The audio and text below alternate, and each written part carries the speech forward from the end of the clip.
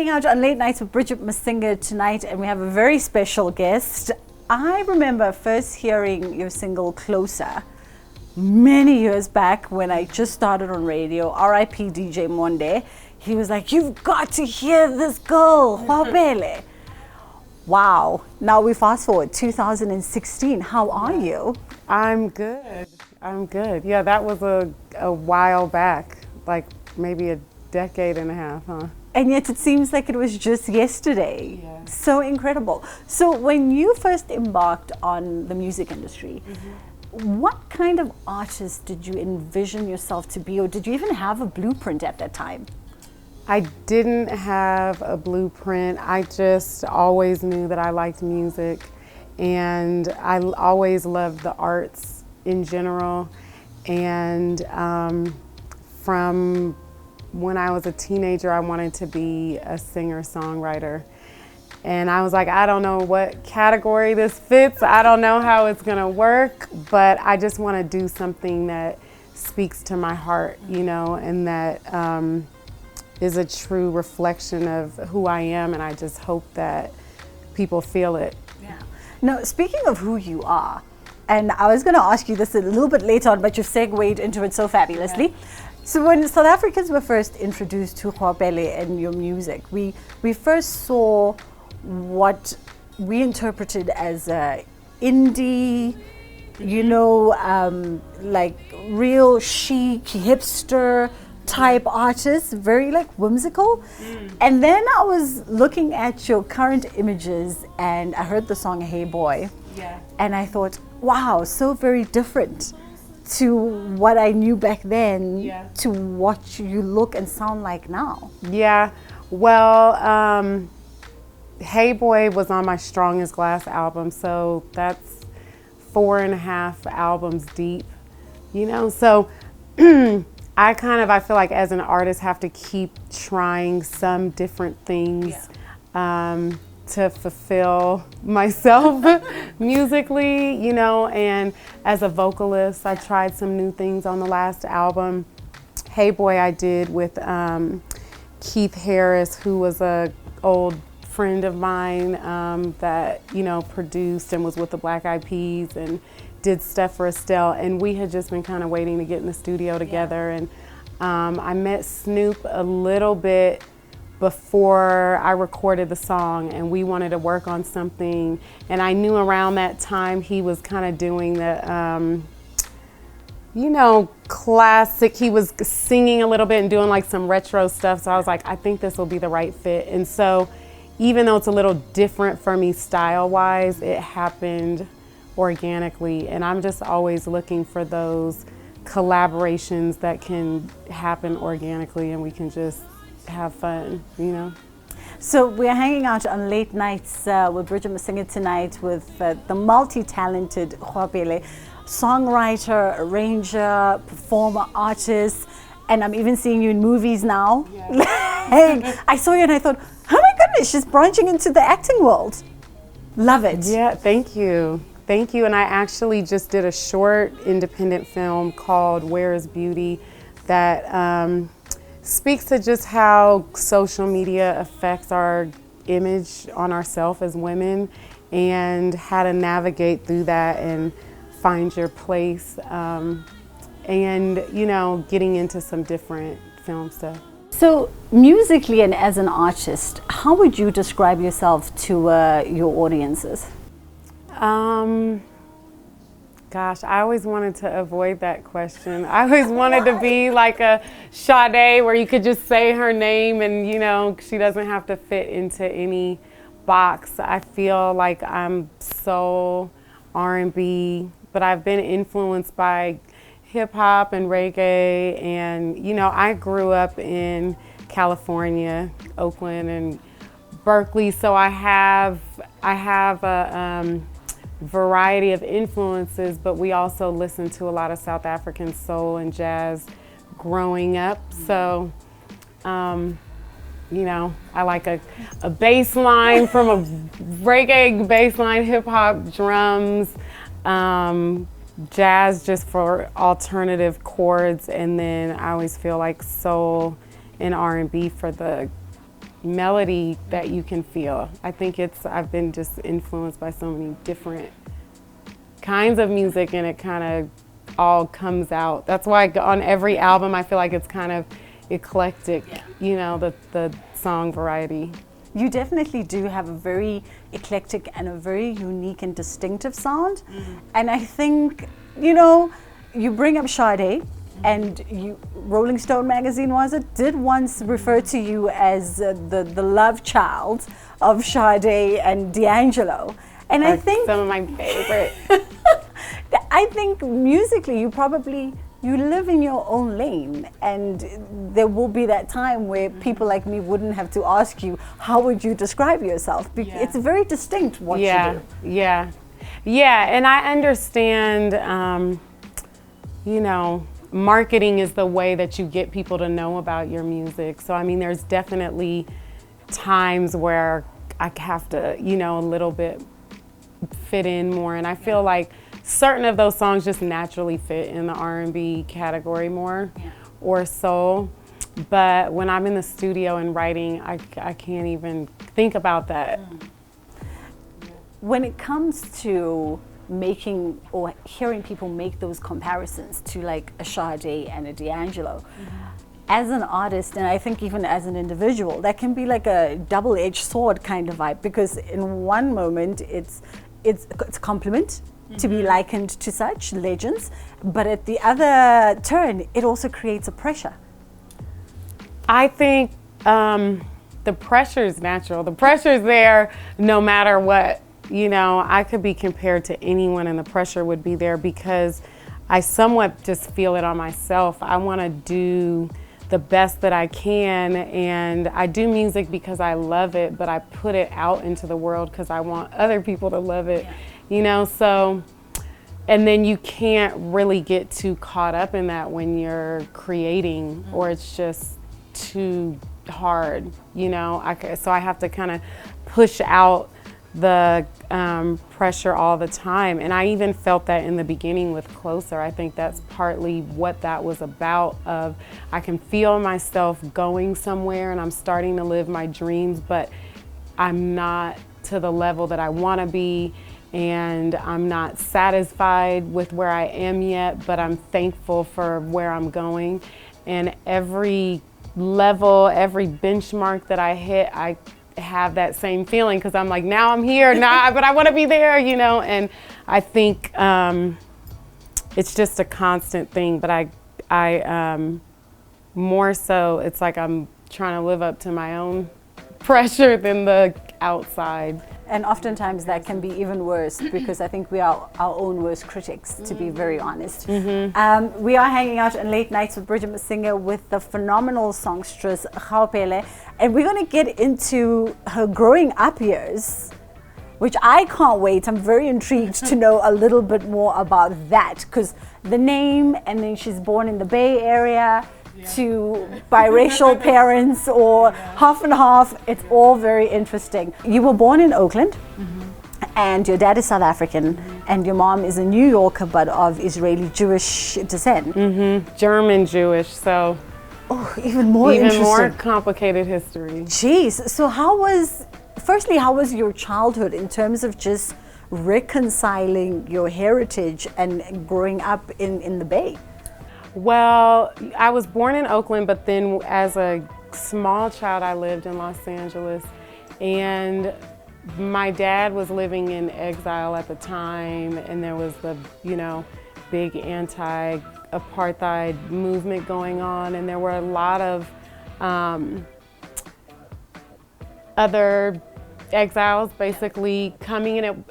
But for me, I didn't really even know the word exile at that time. I just knew we had a house that was full of people coming in all the time, and at dinner there's Uncle so-and-so and Auntie so-and-so, and our family was constantly growing, and they weren't our blood, but it was just like, if you're a friend of my parents, you know, and if you're South African, your family, you know. And there was a lot of music, a lot of you know, we knew Letta Mbulu and Kaifis Semenya growing up, and So I always loved that, just to see, you know, Auntie Letta, and then I'd see her album cover, and it felt like something that was attainable, that you could grow up and be a woman artist, and that, you know what I mean, that was an option, and you can be a regular person and still be in entertainment. And I remember, you know, Hugh Masekela's albums playing like crazy, and I remember going to watch him perform, you know, as a child, and Lady Smith, Black Mambazo, and if they'd come to town, you know, I and other families in the community, we'd cook food, and, you know, we'd be at the sound check, and it was very vibrant. I think to be so far away from South Africa, but still feel like it was kind of growing up in a special time, although it was under horrible circumstances here, which is why there were so many South Africans spread out, you know, in the world. It was a special time as far as creating community. Yeah. And, you know, there's political discussions, and then people would just start playing drums and singing and all of that. And, you know, Abdullah Ibrahim, I remember, you know, that music. And yeah, so that's pretty amazing. I mean, that has all changed. I mean, it changed as I grew up, you know, and I think as things became better here, you know, a lot of people got to return home, and the community changed. I remember it being very vibrant. I can imagine that when you are a little girl and you're just going about your day-to-day life in your home with your parents, you don't take stock of, you know, those moments and how impactful they are to your life. But as a woman now, and an international artist, and, you know, a universal citizen, how have all those experiences, from having Letambule in the kitchen with your moms to playing, you know, Brahu just on a regular Tuesday at home, how have those influences sort of infused themselves into your artistry? For one, I think it showed me that you can be a regular person and be an artist. You don't have to have an alter ego. I think it showed me that there should be depth in your music. You know, I remember Steamella so much, you know, when I was a kid, and I think having music that reflects the times and reflects what's going on, and the music is beautiful and classic, but it's uplifting. I think it creates a different standard, you know. I know Stevie Wonder, I feel like, had that same thing. You know, a lot of the songs are about love, but one of the reasons, you know, Martin Luther King, that there's a day designated to celebrating his life and his birthday, is because Stevie Wonder recorded that song, Happy Birthday, for him. And it affected U.S. history, if not, you know, international history. And so I think lyrically, I've always felt like I need to be accountable to not say something that I really can't stand behind, you know, or saying something that I would be ashamed of my daughter hearing. And that's not authentically you. Yeah, because I think just, you know, as entertainers, what we should do, you know, should make people feel happy and entertained, but there's also some forward movement and change that I want to see in the world that I think we're all part of. Now, speaking about having the authentic voice and there being a responsibility to what it is we contribute to the world, when you look at the evolution of music and the sound of it now, and in the context of where we are, what are your feelings with some of the work that's being put out there by this generation? I feel, I mean, you know, I think the last trip that I was on out here, and like one of the last shows that I saw out here was a lot of up and coming artists, and it was the whole Mothtown hip hop, Oh, yes. you know, movement. And for me, that was very exciting because it's just, it combines so many things that I love. You know, I grew up listening to hip hop, and my brother was a DJ, and, you know, I would be listening to all that, but also to get the roots feeling and bilingual and Swana, I felt like this reflects me, you know, and I got to work with Double HP, and you know, I'm looking to work with more artists. I'm supposed to meet up with Casper while I'm out here. Nice. And I think there's just a lot of talent out there. Yeah. No, that there is. So, do you speak Swana, by the way? No, that's a shame. No. I don't speak any of my actual birth tongues, so it's all good. No, I Yeah. just thought I'd ask because, you Yeah. know, I think we've never asked you before if you do. Yeah, probably not. And then the name, right? Because the name is what Yeah. confuses us. Yeah. So how do you straddle the two worlds? You know, I asked Sumi this when she was here because she's also of African descent and obviously born in the States. And I was like, how do you straddle the two worlds, being a child with, you know, African roots and African blood, but then you have this being that's all encompassed, you know, in the US? I don't know. I'm still figuring it out. I mean, I think for me, I live in one of the farthest places from here. So it's hard for me mentally, you know. I miss family. I don't get to see them often. I don't even get to see South African culture often in the US. It's so underrepresented. So I think, you know, every now and then I feel lonely and kind of in between worlds. And I think the music is kind of an immediate link, you know. And whenever I do get to fly out here and touch down with my family and see so many cousins and aunts and uncles, it fills me up, you know, and it's overwhelming, but it's wonderful. And then I just try and take it home with me for a little bit, you know, until the next time that I can come out here. But it definitely has given me a wide perspective, I think, you know. I think that's part of the perks when you come from a heritage that is multicultural, multiracial, and you're a global citizen, really. Yeah. Part of the perks is that it makes the tapestry of what you do so colorful. Yeah. Yeah, I hope so. No, it really, really does.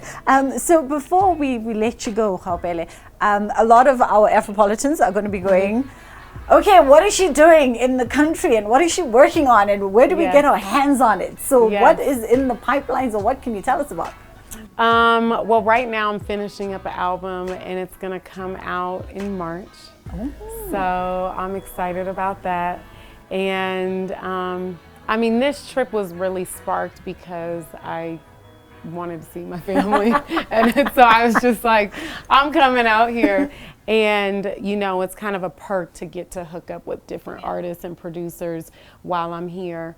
But the motivation was just to touch down and just be here again and try and be here more often. And I'm also, you know, working in film and getting into fashion. I just designed a jacket and just exploring different creative things that I'm into. Did I also see that you're getting into a beauty range? Yeah, I've started making beauty products just because I feel like I just want things that reflect my life and things that I'm passionate about. And so I'm just starting to put all of it out there. Fantastic. Why not? Why not? Actually, Yeah. it is. The other day I had a numerologist, and she said this is number one of Yeah. the 9 life cycles. So it's new Really? beginnings, fresh starts. Now is the Okay. time. Why not? Why not? There we go. Yeah. No, yeah, this whatever makes you feel alive. And if that's it's the thing. healthy. No. That's the thing. And Yeah. Michelle Obama did say we got to live loud, right? Yes. So that is what we're doing. Yes. Now, your album that's coming out in March, Mm-hmm. is everything still embargoed, or can you tell us, like, what are we looking forward to? Who have you worked with? Well, I collaborated with Korn. I'm a producer in LA, and BJ, the Chicago kid. I don't know if folks are familiar with him from the TDE camp, Okay. and you know Kendrick Lamar and Yeah. Schoolboy Q, and just a phenomenal R&B vocalist. So we did a duet together. I did a song featuring Tyga, and just there's a lot of vibey stuff on there. I'm putting it out independently, like I Nice. did in the beginning, and yeah, that's what I can tell you so far. It's okay, we like cliffhangers, Yeah, it's fine. yeah. It gives you reason to come back in March Yeah. and chat to us some more. Yeah. But in the meantime, we wish you all the very best. And Thank you. so much for coming through on Late Nights. My pleasure. Before I go, we ask everybody this. Uh-oh. No, nothing sinister. Okay. Art. What is art to you? Ooh, the language of the soul. Ooh. I think it's for when you have no words. That's deep. I think I just heard a silent amen. And on that note, thank you. Thank you for having We me. will catch up with you on our playlists Okay. and, of course, on social media. Awesome.